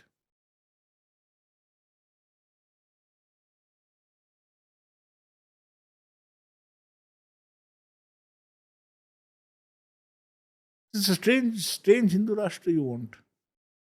I want to clarify that you're making a distinction between religion as a personal journey, because I think there's a lot of benefits to religion. You can get a lot of hope, meaning from it. It can give you a moral framework. Even religious myths like the Mahabharata, like you said, can't prove it, but embedded within the Mahabharata is so many insights about human psychology, virtue, morality, these Jungian archetypes that have survived because it is a story. There's a strong oral history to it. Also, religion produces so much good architecture, music, therapeutic rituals. So, just to clarify, are you making the distinction that your journey with your religion, your faith, your spiritual journey, it's your own, it's your personal journey. You need to find what your definition for it is. You don't want a state to enforce. You don't want the government coming and telling you how to be a Hindu. First of all, the Mahabharata is not a religious text, number one. The Mahabharata does not call itself a religious text. It calls itself Itihas. So when you start looking at the Mahabharata, its self-description is history. It's been made into a religious text because the Bhagavad Gita is embedded in it. The whole process of interpolation over centuries. So you have a text of 10,000 verses called Jaya, which then becomes over centuries Mahabharata. And what is the central idea of the Mahabharata? That all human actions, all human aspirations, all human contrivances are imperfect and subject to failure. I do not seem to think that's a religious message, because religious messages are usually about hope. The Mahabharata is one text which tells you that you do what you want to, try to do what you want to. Things will not go your way because you are imperfect. Vyasa, towards the end of the Mahabharata, throws his hands up and says, I thought this was all about dharma. Dharma is not religion.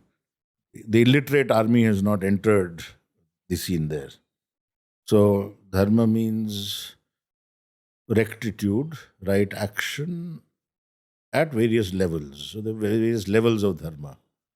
So, there is sadharana dharma, this dharma, that dharma, domestic dharma. It's not religion. In the 19th century, it becomes religion. But he says, I thought, following this dharma, the codes of right conduct, I should be able to get what I wanted to. But I realized that even through artha and kama, I will be able to attain the same. So I throw my hands up at this complexity of human life. Urdhva baho, that famous sloka. I throw my hands up in exasperation. Mahabharata is not, remotely not, a religious text. Most Indian texts are not religious texts. The word religion itself is a 19th century creation. You have faith, belief. That a belief or a faith is a mass faith or a mass belief. You get 19th century Germanic theories of religion and so on. Rationalizing religion, all that nonsense. Demystification, demythologizing, demagification of religion. Why was religion important to people is what you partially said, that it does a lot of things to a lot of people. And miracle was the most important thing. जादू था उसमें. It wasn't idiotic, boring, pot-bellied men sitting poring over texts as the picture of religion that emerges today. So, no, it's not a personal quest versus something that is part of a larger continent. The Mahabharata is not a religious text.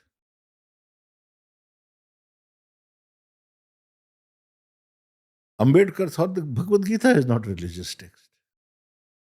Very powerfully, he argued that it is not a religious text. It is a handbook of fratricidal violence. That is what Dr. Ambedkar said. So I don't think there is this great problem about the state telling me what to do. No, my environment today, it has this whole business of religiosity, this fox religiosity, this false religiosity, has seeped into the very, very fundamental corners of society. The only hope is that this religion that they have constructed is by and large an instrumental religion. It is a religion which is based on lena dena, len den.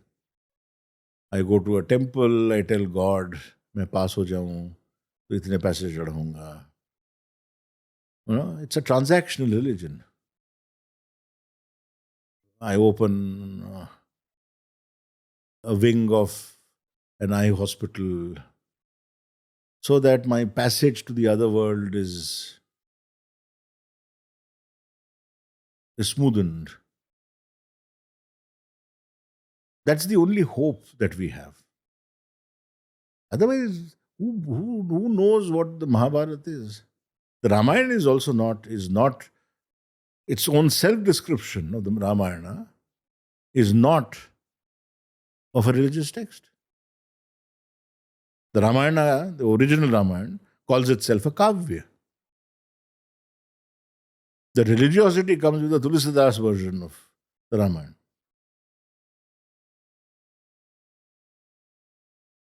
And that is also part of a Vaishnava resurgence in North India. A faith that is born in the south and then travels up. I'd like to believe that there is no tying up neatly of anything together. There are these strands. Each strand is wonderful. Each strand is something which one needs to celebrate without intimidating people, without saying, fall in line. Marx ने भी यही कहा था, by the way. Marx's, this opiate of the masses business, which is often wrongly quoted, what did he say? He said, this religion will be there as long as people have problems. People have grief. They have troubles. You remove the troubles, and then religion will be different.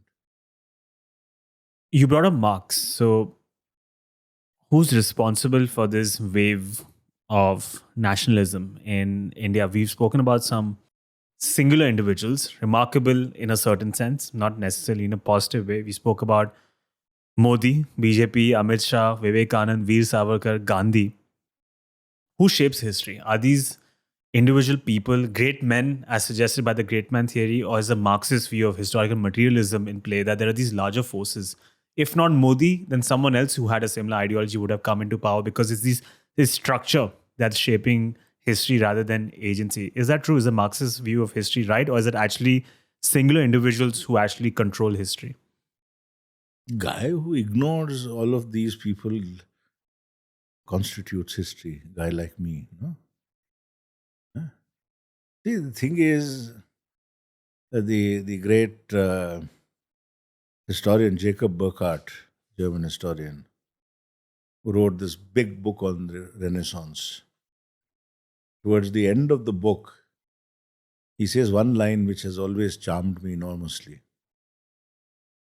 Burckhardt says, the lesson that we learn from reading this monumental story of the Italian Renaissance is not to give anything more importance than it deserves. Now, my counter question to you is, since it's a conversation and not an interview. It's always an interview. No, it's a conversation. What if I said to you, the Marxist view is right? Or what if I say to you, no, it's the individual who forms history, constitutes history. Consciousness determines existence, or existence determines consciousness. That's the Hegelian Marxian. The dialectical.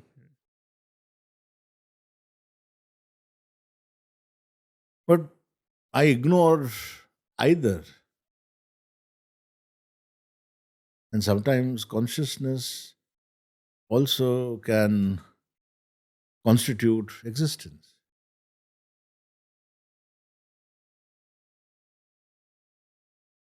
Now, even if the answer was yes, it does, so what?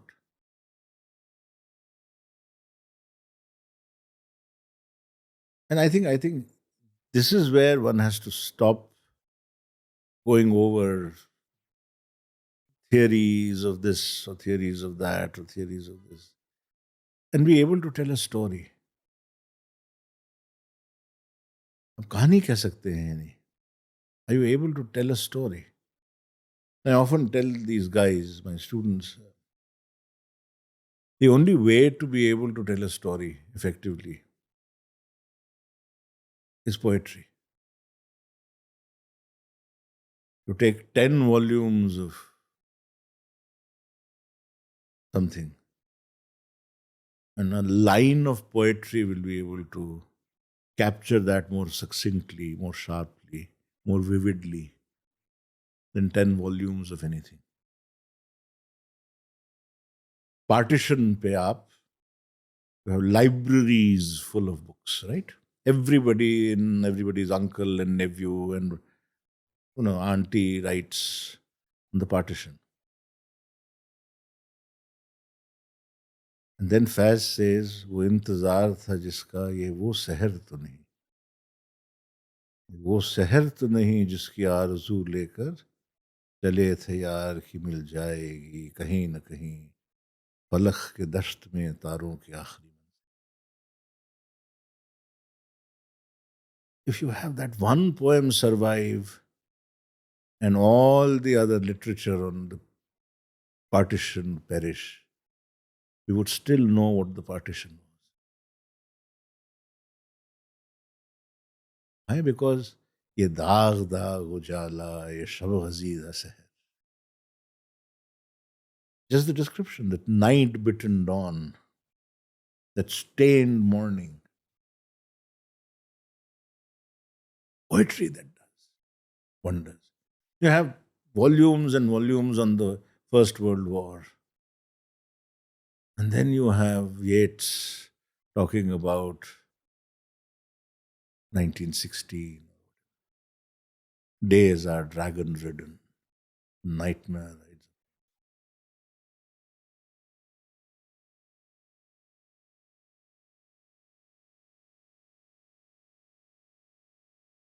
We learn about the idea of need, human need.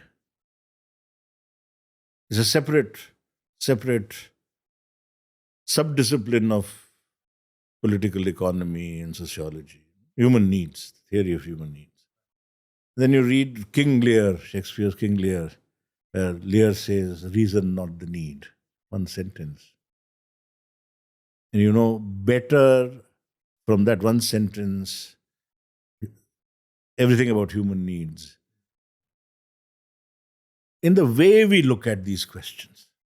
After all, you and I are sitting here not making substantial changes to history at this point of time. No?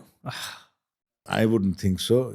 If you are, I will tell future generations that I meet that I was face to face with a guy who was transforming history. Was you more than me? No. I insist. No, but jokes apart. But the way we are looking at these things, way we look at religious nationalism, Hindu nationalism, way we look at religion and politics, the way we look at power and knowledge. We need new classes. We should be able to say, I don't care whether this story has evidence or not. It's a good story. And it answers what I'm looking for. Isn't finding the source important? Then you will be stuck with the same problem. See, philosophically, we make a distinction between origins and beginnings. Origins can never be found, but all the quarrels in the history of the world are because of origins. And that is why people cling on to that notion. Beginnings are arbitrary. एक शुरुआत कब हुई? कल हुई. हमारे हैदराबाद में एक notion है, कल परसों. Eternal time. ज्योतिर्मय शर्मा पैदा कब हुए? अभी परसों. चार मीनार कब बना? परसों. The poetic, the fabulous, the uncorroborated.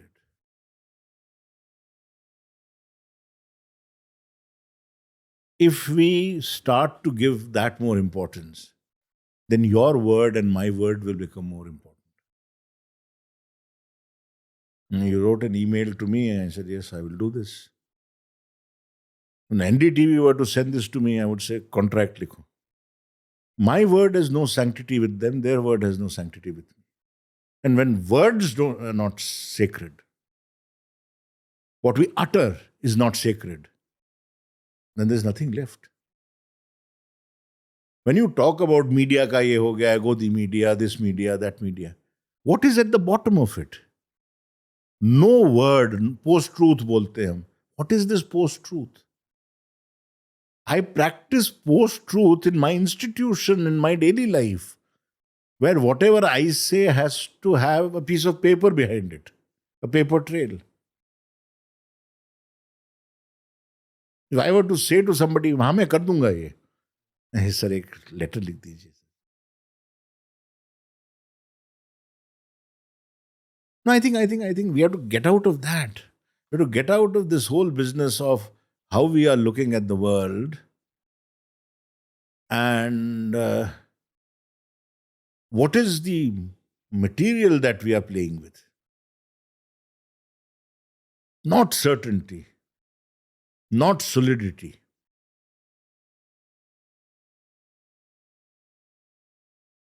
Tentativeness, playfulness, chaos.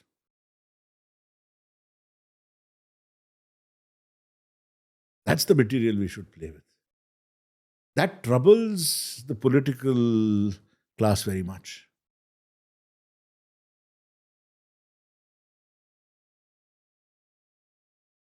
You then formulate a new vocabulary of dissent and say, हम तो हंसेंगे आप पे.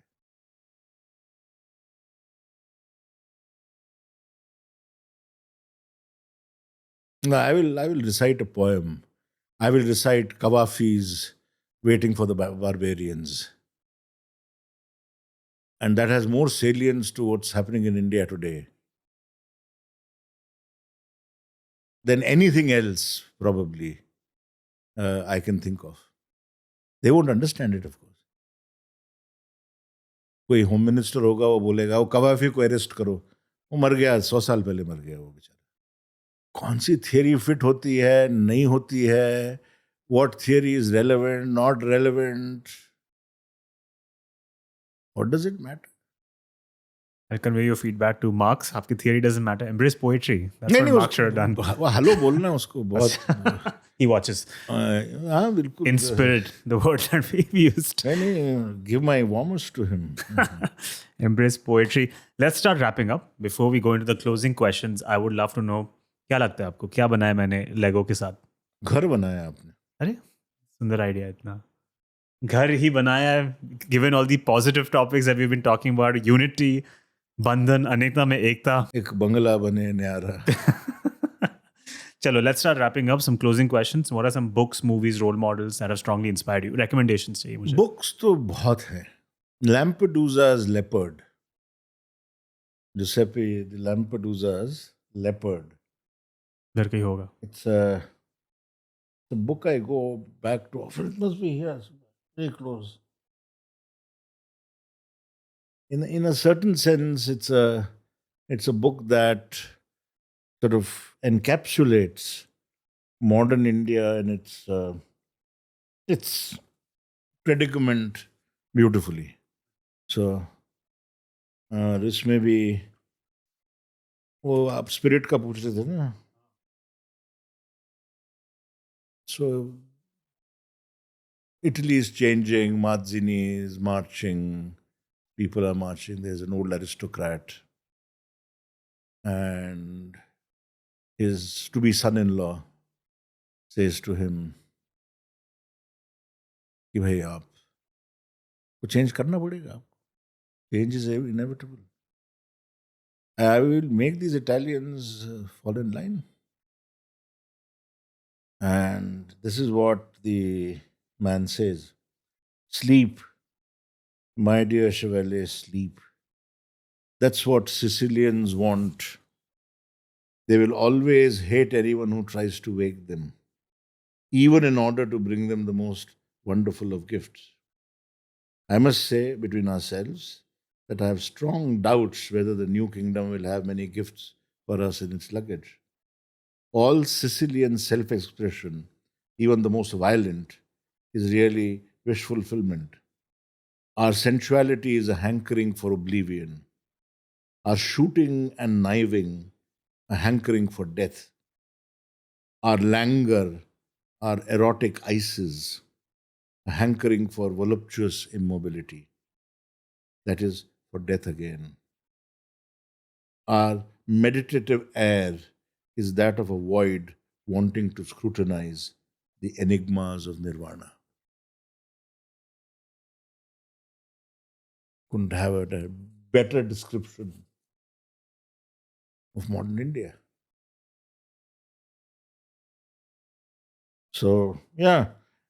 And there's a fantastic film that was made earlier on this novel. I think Sophia Loren. And there is now a new serial on Netflix made on the same book. The book is precious. What would you like your legacy to be? How do you want me to remember? Oh, I think that's pompous to even think of one's legacy. It's like writing one's own obituary. No, I don't think I want my legacy. First of all, I haven't done enough in life to have a legacy, honestly. This is not false modesty. I think one hasn't done even moderately enough to even think in terms of a legacy. So maybe if I'm still alive after 10 years and you're still doing this, we'll talk about it. I'll come for a status update. Yes. But no, I think that's out of the question. I mean, sawal. Why? You have a shelf full of books. You have touched hundreds of students, I'm sure. No, but that's what every teacher does. So that's not a legacy. You see, a legacy is different. A legacy is something that you have created, which is so inextricably tied to you that A, it cannot be replicated, copied, or multiplied. And then it sort of proceeds in a certain way. I don't think I've done enough in life. A teacher of yours once told you, while quoting the Romanian philosopher Emil Cioran, that one must not write for the living, because if you write for the living, you will always be self conscious about the response and reaction of certain people. Write for the dead, and one will be better served because one will be saved from either excessive caution or the need to play to the gallery. So I think you've been writing for the dead, and I hope you continue writing for the dead so that Yeah, that I continue to do. That's a legacy. Seriously, no, that's not a legacy. That's self-preservation. Otherwise, I'll next time I write, I'll say, Shalaj kya sochega, so and so kya sochega.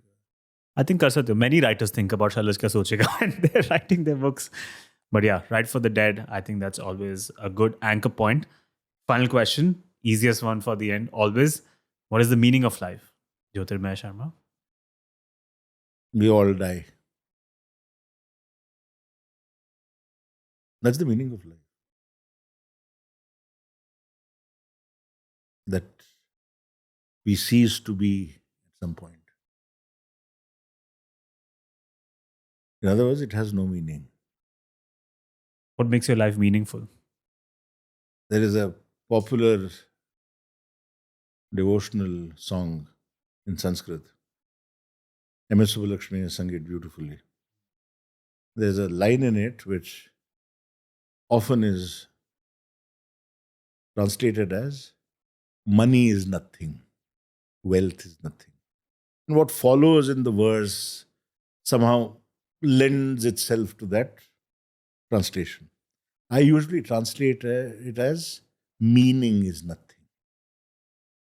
Artham anartham. Bhavaya nityam. So, my translation of it usually is meaning is meaningless. If people wish to connect with you, if they want to engage with your work, read your books, push back on your ideas, what is the best way to find you, engage with your work, connect with your work? By reading my books and doing their own work better than I would do. I know you hate this term, but sir, thank you so much for your time. And I really appreciate this conversation. Thank you so much for having this conversation with me. Thank you. This is no time. If you liked what you just watched or listened to, then please consider supporting this project. You can subscribe on YouTube, follow on Spotify, rate 5 stars on Apple Podcasts. This project is a labor of love, but just cannot survive on love alone. As a point of reference, the production costs for each episode can come up to $1,000. And unfortunately, the type of conversations that I have, these 2-hour discussions about political theory or data journalism or telecom or internet in villages in India or startups, they don't necessarily go viral overnight. So if you'd like to support this project and if you want to see more conversations of this nature that I think are of value over conversations about Bollywood gossip or clickbait that will get the views but I don't think have any substance, then please consider joining as a Patreon member. You can also join as a YouTube member, get early access to all these interviews that are ad-free for the cost of coffee or sandwich or less than $1 a month, and I'll be your bestie for life. If not through monetary support, then please consider sharing these episodes. I cannot stress how much your external links and clicks and shares, how far they go, how much they help these videos and a project of this nature break all the barriers that are imposed by the algorithm and reach more people. For the forms of love and support, you can follow this channel on Instagram or Twitter or follow me personally.